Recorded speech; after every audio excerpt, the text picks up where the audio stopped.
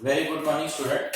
Now we are going to see the next chapters in accountancy, final account. See, student, this is one of the important chapter, and already you familiar with chapters. This chapter 11th standard में भी आपने same chapter दिया, और यही एक chapters है which is common for you. Whenever you will study ना in commerce, you see this chapter. अब किसी भी लेवल में जाके पढ़ोगे तो आपको ये चैप्टर्स कॉमन मिलेगा. इवन 11 से आप कंपेयर करोगे तो 11th स्टैंडर्ड में से सिर्फ यही एक चैप्टर्स आपको कॉमन है. अदरवाइज 11th में जो चैप्टर्स थे अभी यहाँ पर 12th में चैप्टर नहीं है. Same for 13, 14 and so on. Same chapter you will see the 13th also, 14th also, little bit वहां पर चेंजेस होगा. Now we are see the partnership final account. वहां पर हम लोग देखेंगे कंपनी फाइनल अकाउंट. तो स्टूडेंट मैं हमेशा आपसे रिक्वेस्ट करता हूं कि जो भी आप पढ़ते हो वो समझ के पढ़ो, अंडरस्टैंडिंग करके पढ़ो. You don't go for the बाहर. आप बाहर में मत जाओ. चीजें नहीं समझ में आती हैं, you ask again and again. तो भी हम लोग जो चैप्टर्स पढ़ रहे हैं चैप्टर्स है पार्टनरशिप फाइनल अकाउंट. तो सबसे पहले मैं यहां से स्टार्ट करूं कि इस चैप्टर का नाम फाइनल अकाउंट क्यों रखा गया. इस चैप्टर का नाम क्या रखा गया? Final account. तो डियर, फाइनल का मतलब क्या होता है? तो फाइनल का मतलब होता है लास्ट. तो इसका नाम फाइनल अकाउंट रखने के पीछे रीजन से कि this is the account which we study at last. इस अकाउंट के बाद फिर अकाउंटेंसी में दूसरे किसी अकाउंट का स्कोप नहीं रहता है. This account we prepare at the last, at the end of the year, या मैं बोल सकता हूं at last, at the end of the year, on last day. Year का अकाउंटिंग ईयर का जो लास्ट डे होता है ना, on that day business organisation prepare this account. इसके लिए इसका नाम क्या रखा गया? Final account. अभी फाइनल का मतलब ही क्या होता है? लास्ट. मतलब उसके बाद फिर वो चीज होने वाला नहीं है, मतलब वो सीरीज का या उस ईयर का वो चीज नहीं होने वाला है. तो अकाउंटेंसी के अंदर भी हम लोग ये अकाउंट एट लास्ट बनाते हैं. पूरे ईयर में कंपनी परचेज रिकॉर्ड करता है, सेल्स रिकॉर्ड करता है, कैश बुक मेंटेन करता है, बैंक बुक मेंटेन करता है, and all others record they maintain whole the year. Expenses का accounts they maintain whole the year. But final account whole the year नहीं बनता है. फाइनल अकाउंट कभी बनेगा? At last, at the end of the year, on last day. इसके लिए इसका नाम क्या रखा? Final account. तो आपको कोई स्टूडेंट पूछता है कि इस चैप्टर का नाम फाइनल अकाउंट क्यों रखा, तो आपने ही बताना है कि this account we prepare at last. ये फाइनली अकाउंट बनता है. इसके बाद से फिर कोई अकाउंट्स उस ईयर में अकाउंट्स बनने वाला नहीं. अब थोड़े टाइम के सेविंग के लिए लिटिल्स मैंने थ्योरी यहां पर लिखा है. थ्योरी अभी कंप्लीट नहीं है. In next 2 lectures also we see the theory and then we start the question answer. लेकिन स्टूडेंट, अगर ये थ्योरी आपको अच्छे से समझ में आएगा तो आपको क्वेश्चन आंसर काफी ज्यादा क्या हो जाएगा? इजी हो जाएगा.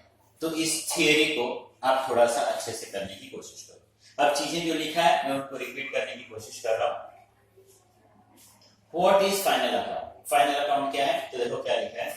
The account which is prepared at the end of year. मैंने क्या बोला? The account which is prepared at the end of year. वह अकाउंट जो हम लोग प्रिपेयर करते हैं कब? At the end of year is called final account. Is called final account. उसी को हम लोग क्या बोलते हैं? Final account. The account which is prepared at the end of the year is called final account. जो अकाउंट्स हम लोग ईयर के एंड में प्रिपेयर करते हैं उसी को हम लोग क्या बोलते हैं? Final account. सेकेंड वन देखो. Final account is always prepare at the end of year. It is never prepare in between और ड्यूरिंग द ईयर. देखो अब वही लिटिल फिर से इसको रिपीट किया है. Final account is always prepare at the end of year. Final accounts को हम लोग हमेशा कभी प्रिपेयर करते हैं and of the year. It is never prepared in between और ड्यूरिंग द ईयर। इसको हम लोग बिटवीन ईयर के बीच में और ड्यूरिंग द ईयर चलते हुए हम लोग इसको प्रिपेयर नहीं करते। मतलब वंस अगेन से दोनों पॉइंट्स का मैं मीनिंग देखूं तो दोनों पॉइंट्स के मीनिंग को रीड करके यही समझ में आता है कि final account means account which we prepare at the end of the year. ये एक ऐसा अकाउंट्स है जो पूरे year like purchase, sales, cash book, bank book की तरह रिकॉर्ड नहीं होता है, एवरीडे ट्रांजैक्शन की तरह ये रिकॉर्ड नहीं होता है। This we prepare at the end of the year, that's why इस अकाउंट्स का नाम क्या रखा गया dear, final account. Next is necessity of preparing final account, या मैं इसी को बोल सकता हूं व्हाई फाइनल अकाउंट्स प्रिपेयर। हम फाइनल अकाउंट प्रिपेयर क्यों करते हैं, फाइनल अकाउंट्स प्रिपेयर करने के पीछे हमारा इंटेंशन क्या है। तो मैं पहले ही क्लियर कर दूं स्टूडेंट कि अगर आप बुक्स देखोगे तो we have the numbers of points, numbers of reason, numbers of reasons है। जैसे लेकिन मैंने बताया कि एवरीथिंग से यहां बोर्ड पर कवर करना पॉसिबल नहीं था, तो मैंने 4-5 पॉइंट्स कवर किया है and already you have the books, और उस बुक्स में देखोगे कि you see the more points, उसमें और सारे पॉइंट्स आपको देखने के लिए मिलेगा। तो है necessity of preparing final account, why we preparing the final account, क्या जरूरत है, नेसेसिटी का मतलब क्या हो गया, इसकी जरूरत। तो फाइनल अकाउंट प्रिपेयर करने के पीछे क्या हमारा इंटेंशन है, क्यों जरूरी है फाइनल अकाउंट प्रिपेयर करना। तो first point, to ascertain profit और loss of the business. My dear, ascertain का मतलब होता है एक तरह से फाइंड करना, निश्चित करना। असर्टेन का मतलब होता है फाइंड करना, निश्चित करना। टू असर्टेन प्रॉफिट और लॉस ऑफ बिजनेस। अब दुनिया का कोई भी XYZ आदमी जो बिजनेस करता है तो उसको डेफिनेटली इस चीज में इंटरेस्ट रहता है कि उसको उसके बिजनेस में प्रॉफिट हुआ कि लॉस हुआ, क्योंकि दुनिया का कोई भी बिजनेसमैन अगर प्रॉफिट नहीं कर रहा है तो उसको अपना बिजनेस करके फायदा नहीं। सेम टाइम प्रॉफिट के साथ उसको ये भी समझ में आना चाहिए कि कितना प्रॉफिट अर्न कर रहा है। तो हम लोगों को जो भी हम लोग अकाउंट्स पढ़ते हैं उसमें से only the final account which help us to find the business organization to find their profit and loss। तो यहां पर है कि why we preparing the final account। तो फर्स्ट उसका रीजन है to ascertain the profit and loss of business। Final account हमको हमारा प्रॉफिट एंड लॉस फाइंड करने में हमको हेल्प करता है।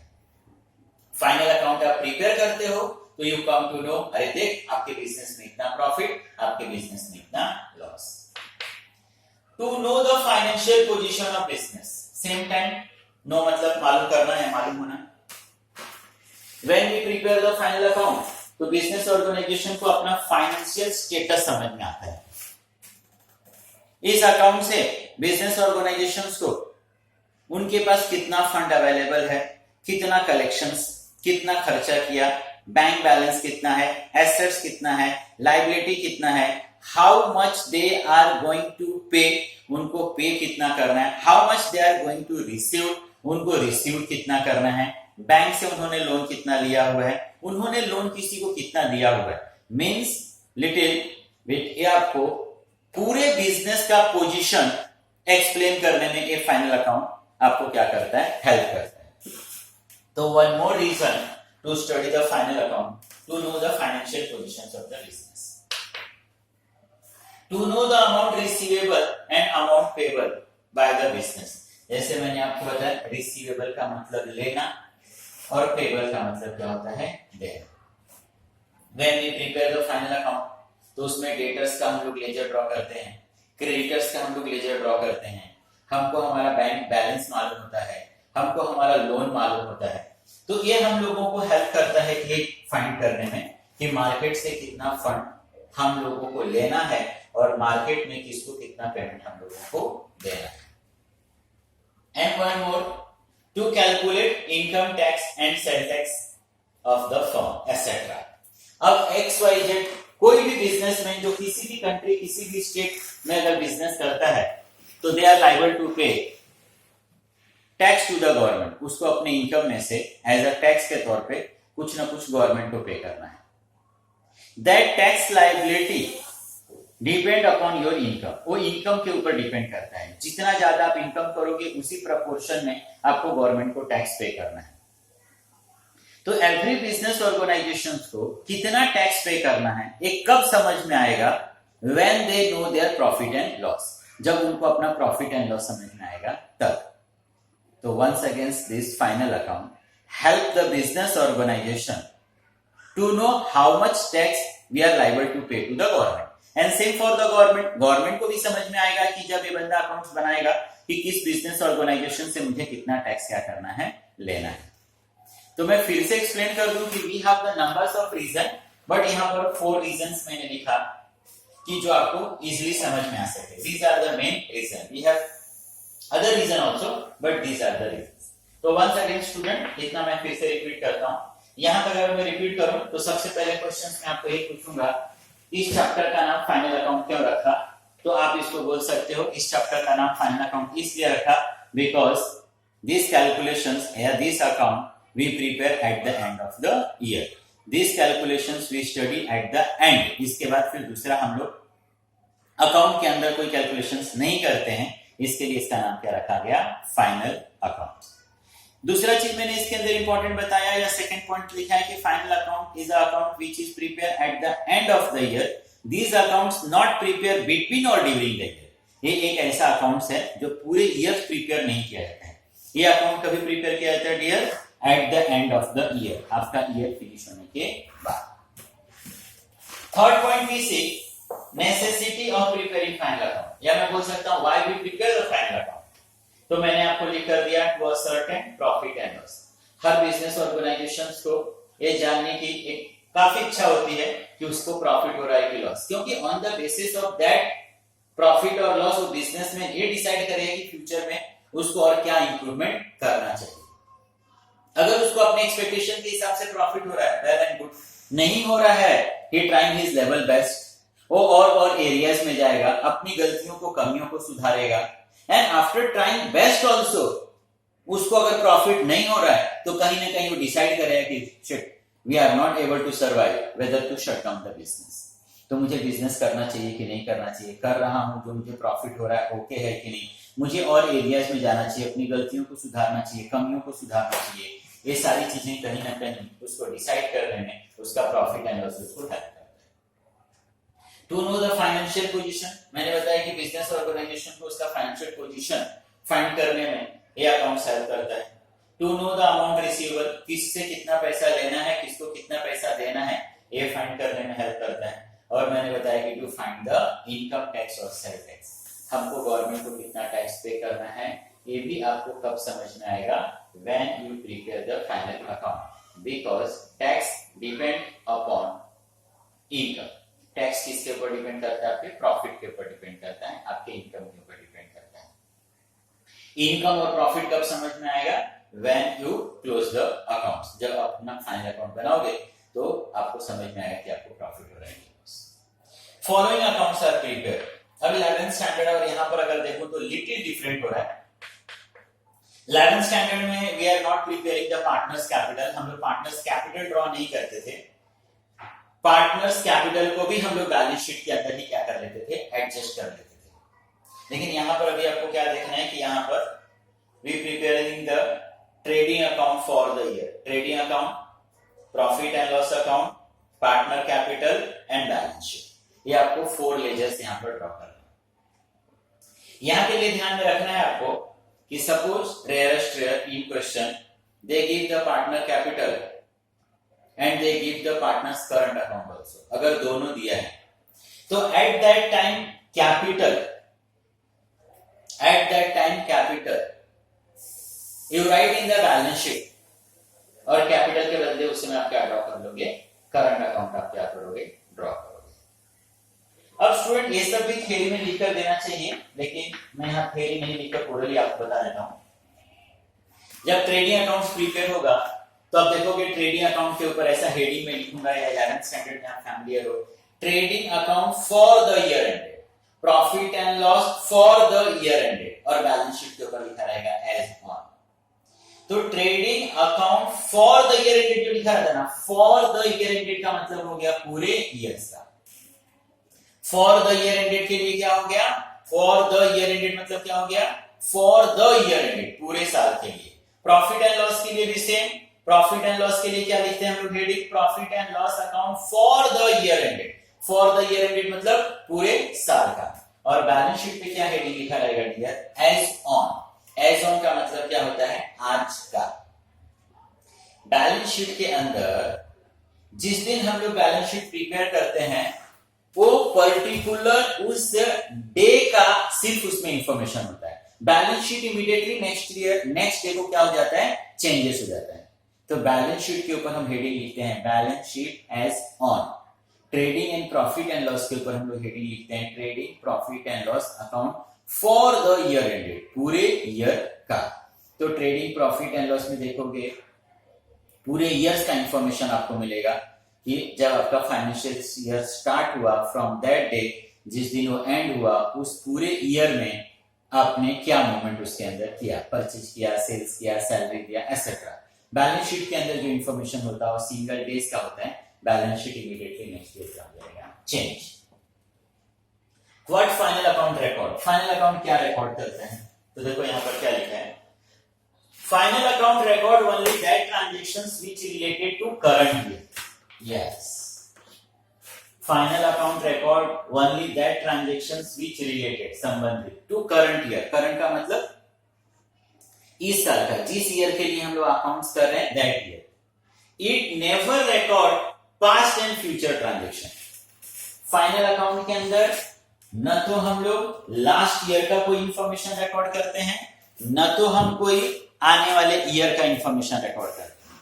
फाइनल अकाउंट के अंदर सिर्फ और सिर्फ करंट ईयर का इंफॉर्मेशन होता है। अकाउंट हमेशा डियर 1 ईयर के लिए बनाया जाता है, मोर देन 1 ईयर का इंफॉर्मेशन अकाउंट्स के अंदर नहीं रहता है। अगर मोर देन 1 ईयर का अकाउंट्स आप एक साथ बनाओगे तो हमेशा वो कंफ्यूजिंग रहेगा और ये समझ ही में नहीं आएगा कि this year whether you make the profit और वेदर यू लॉस, इस साल एग्जैक्ट कितना प्रॉफिट हुआ कितना लॉस हुआ।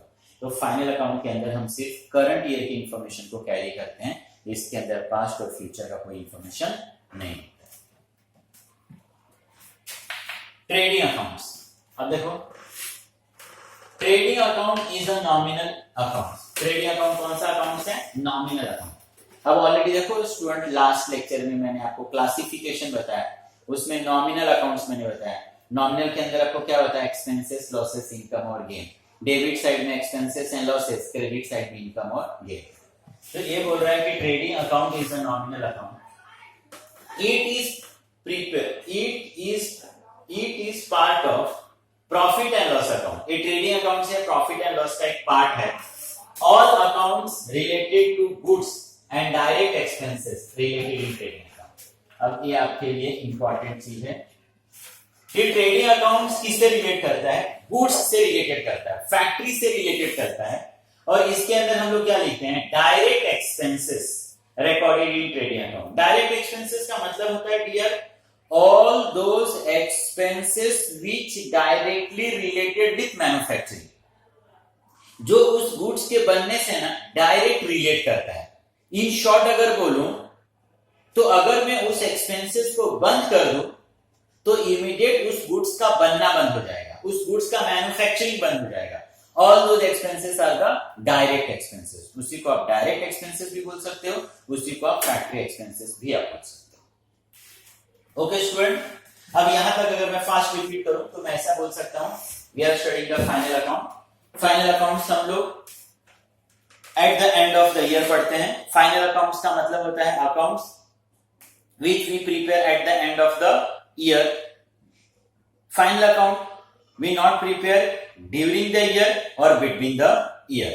फाइनल अकाउंट पढ़ने के पीछे हमारा इंटेंशन होता है to find the profit and loss, to find the financial positions of the business, to know the profit and loss of the business, to know the tax liability of the business, etc.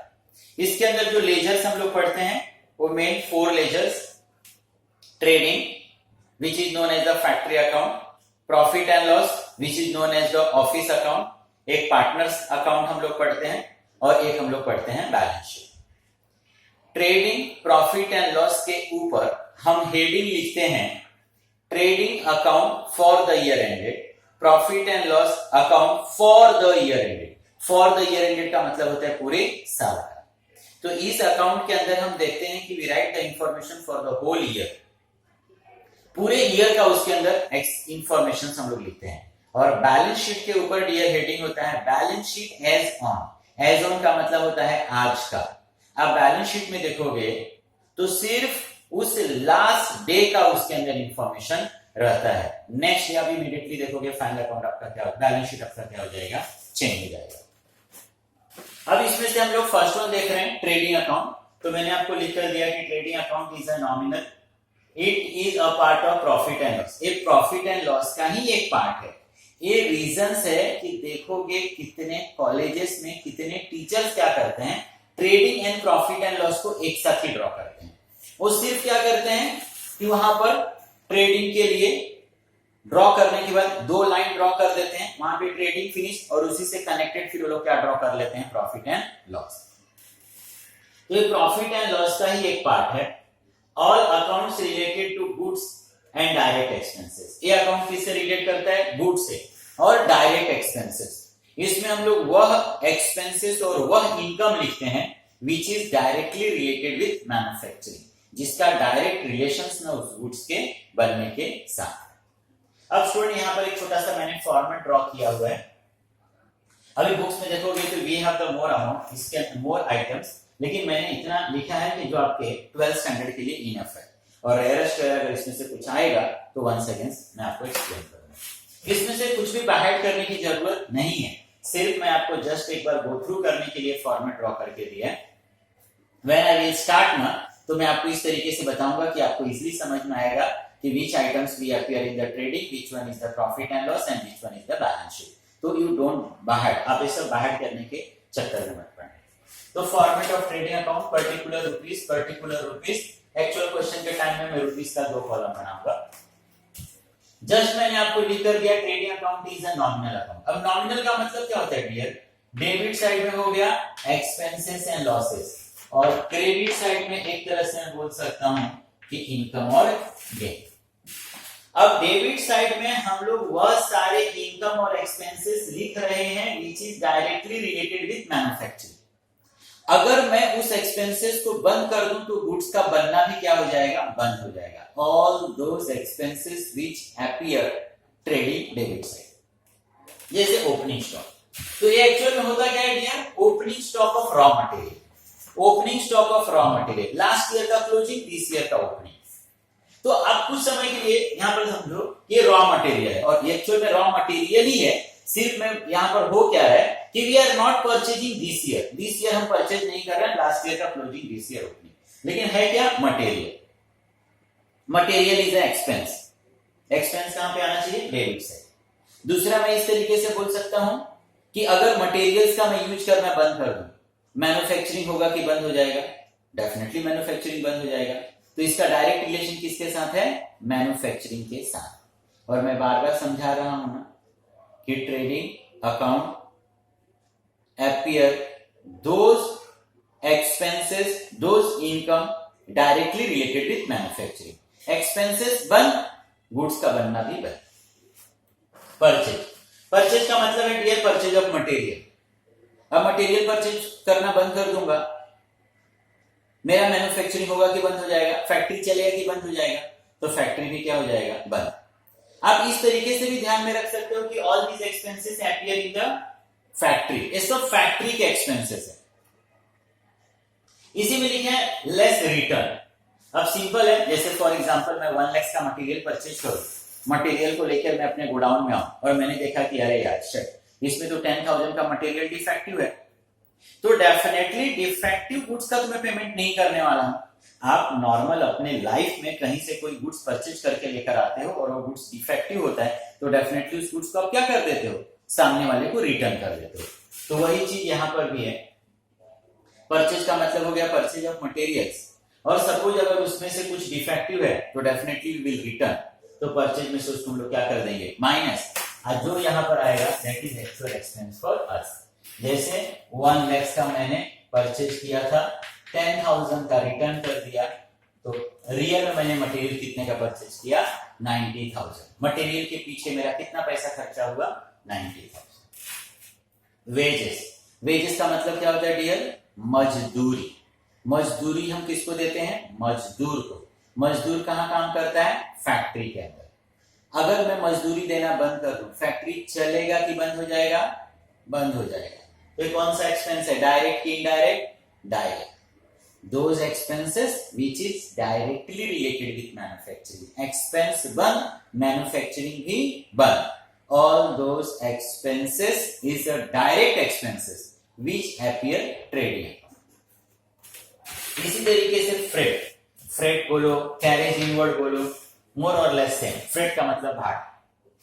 अब XYZ places से हम materials purchase करेंगे, definitely उसको carry करके लाना पड़ेगा। अगर material को कैरी करने के लिए ट्रक को, टेम्पू को मैं पैसे नहीं दूंगा, ट्रक टेम्पू वाला क्या मटेरियल्स लेकर आएगा? मटेरियल्स लेकर नहीं आएगा तो क्या मेरा फैक्ट्री चलेगा? मैन्युफैक्चरिंग होगा? नहीं होगा। तो मटेरियल परचेज करने के बाद जो मैं ट्रक को, टेम्पू को, ट्रांसपोर्ट को जो भी पेमेंट करूंगा, those payment ones against directly related with manufacturing. उसका डायरेक्ट रिलेशन किसके साथ है डियर? मैन्युफैक्चरिंग के साथ। तो डायरेक्ट एक्सपेंसेस है, डायरेक्ट एक्सपेंसेस बंद, मैन्युफैक्चरिंग भी मेरा क्या हो जाएगा? बंद। तो किसके अंदर आ गया? ट्रेडिंग। Import duty, dock. अब इंपोर्ट ड्यूटी मतलब कोई भी XYZ गुड्स मटेरियल हम आउट ऑफ कंट्री से परचेज करें। आउट ऑफ कंट्री से आप इंपोर्ट करोगे, डेफिनेटली गवर्नमेंट को नेसेसरी आपको टैक्स पे करना पड़ेगा।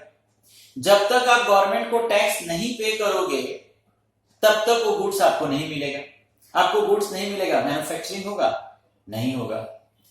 तो this is also direct expenses related with manufacturing. ये एक्सपेंस करना मैंने क्या बंद किया? मेरा मैन्युफैक्चरिंग भी क्या हो जाएगा? बंद।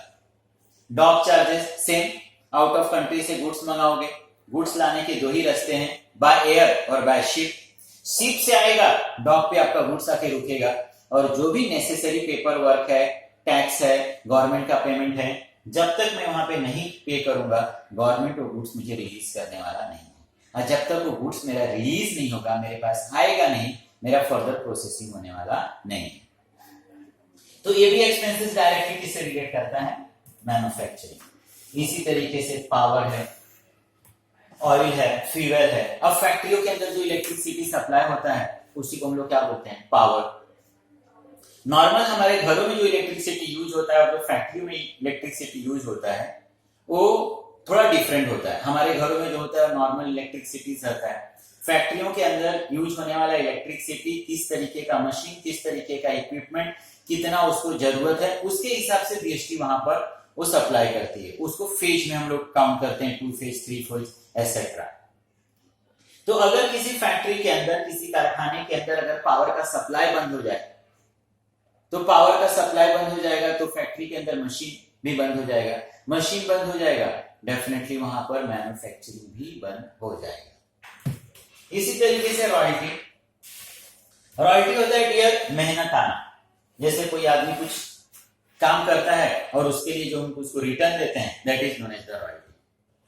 लेकिन रॉयल्टी और सैलरी में थोड़ा सा डिफरेंस ये होता है कि सैलरी आपको उतने दिन तक मिलेगा जितने दिन तक आप काम करोगे।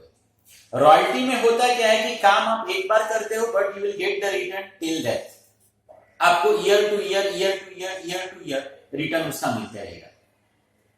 जैसे एग्जांपल्स अगर रॉयल्टी के लिए यहां पर बोलेंगे तो बुक्स लिखने वाले ऑथर हैं, गाना गाने वाले सिंगर हैं, इन सारे लोगों को रॉयल्टी मिलता है। तो वी आर स्टडिंग, तो एक बुक्स के ऊपर मैं एग्जांपल बोलूं तो कोई भी XYZ जो ऑथर बुक्स लिखता है तो उसको क्या एवरी ईयर बुक्स नहीं लिखना पड़ता है। एक बार उसने बुक्स लिखा, नोवेल्स वगैरह देखो, अब बहुत सारे ऐसे राइटर्स देखो जिनका डेथ हो गया है बट आज भी उनके नोवेल्स मार्केट में क्या हो रहे हैं? बिक रहे हैं। तो एक ऐसा ये चीज है जिसका पेमेंट इन एडवांस डिसाइड करना पॉसिबल नहीं है। न तो ऑथर को मालूम है कि मेरा बुक्स कितना बिकेगा, न तो प्रिंट करने वाले को मालूम है कि इसका बुक्स कितना बिकेगा। तो वो लोग करते क्या है कि एक बार आपको एक साइजेबल अमाउंट दे देते हैं और इस तरीके से होता है कि एवरी ईयर जितना प्रिंटिंग प्रेस वाले उस बुक को प्रिंट करके मार्केट में सेल करेंगे, पर बुक आपको कुछ ना कुछ क्या होते रहेगा? रिटर्न मिलता रहेगा। तो बुक्स आपने लिखा कितनी बार है? एक ही बार लिखा आपने, बट रिटर्न एवरी ईयर, जितनी ईयर्स तक वो बुक्स आपका मार्केट में बिकता रहेगा, you will get the return. तो अगर सपोज कि कोई ऑथर है, कोई प्रिंटिंग प्रेस वाला बोले कि अरे मैं आपको ना अभी रॉयल्टी नहीं दूंगा, तो ऑथर भी बोलेगा कि from this year you don't print my book, क्योंकि without permission printing press book print नहीं कर सकता। तो स्टूडेंट समझो कि हम प्रिंटिंग प्रेस वाले हैं, हम लोगों ने ऑथर्स को रिटर्न देना बंद कर दिया, तो ऑथर भी बुक्स प्रिंट करने का अपना राइट्स विड्रॉ कर लेगा। और जैसे मैंने बताया कि हम प्रिंटिंग प्रेस वाले हैं, जब वो अपना राइट्स ही विड्रॉ कर लेगा तो हमारा मैन्युफैक्चरिंग क्या हो जाएगा, बंद हो जाएगा। तो these are the expenses direct related with manufacturing. Motive power, little आप मैं इसे कनेक्ट कर सकता हूं। Motive power means power which we required to run the motor, motor को रन करने के लिए जो हमको पावर चाहिए। तो अगर उस पावर का सप्लाई फैक्ट्री में बंद हो जाएगा तो डेफिनेटली मैन्युफैक्चरिंग भी बंद हो जाएगा। क्रेडिट साइड में डियर इनकम मैं बोल सकता हूं which is directly related with manufacturing. अब एग्जांपल सिर्फ यहां पर एक है सेल्स।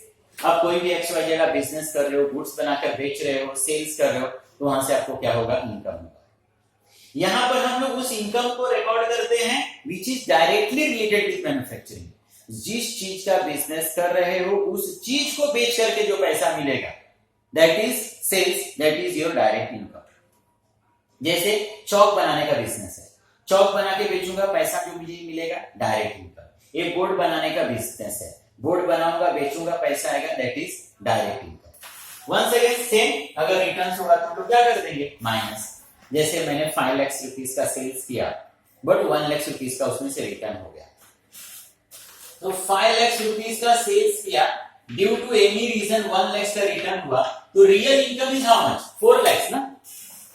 तो यहां पर रिटर्न रहेगा तो हम लोग माइनस कर देंगे। Same goods withdraw bye partner, अभी पार्टनर्स ने खुद के लिए गुड्स किया। अब स्टूडेंट को मैं इस तरीके से समझा सकता हूं, goods real goes out credit, ये सब आपको एडजस्टमेंट में मिलेगा, ये सारी चीजें मोस्टली आपको एडजस्टमेंट में मिलेगी। तो goods real goes out credit, तो हम लोगों ने इसको कहां लिख दिया, ट्रेडिंग के क्रेडिट में। गुड्स पार्टनर लेके जा रहा है, तो एक तरीके से वो क्या कर रहा है कि यहां पर अपने लिए गुड्स ले रहा है, तो जो गुड्स वो बिजनेस में से लेकर गया वो लाइक एक तरह से सेल्स की तरह है, वो खुद पेमेंट नहीं देकर अपने अकाउंट से उस चीज को क्या करने वाला है, एडजस्ट करने वाला है। इसी तरीके से goods distributed as free sample. अब हम लोगों ने कोई XYZ गुड्स बनाया,